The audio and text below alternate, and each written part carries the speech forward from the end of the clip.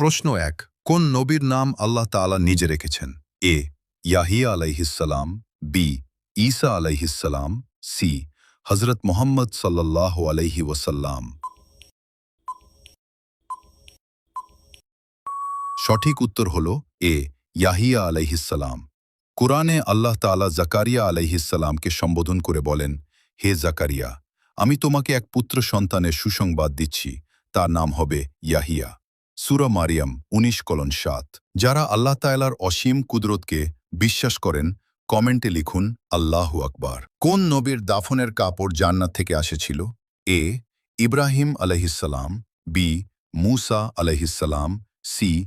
আদম আলাইহিসসালাম। উত্তরটি জানার আগে ভিডিওটি শেয়ার করুন। একটি ভালো কথা শেয়ার করাও সদাকা। এই কথাটি শেয়ার করে আপনিও সদকায়ে জারিয়ার অংশীদার হন। আপনার একটি শেয়ারে হয়তো হাজারো মানুষ ইসলাম সম্পর্কে জানতে পারবে। সঠিক উত্তর হল সি. আদম আলাইহিসসালাম।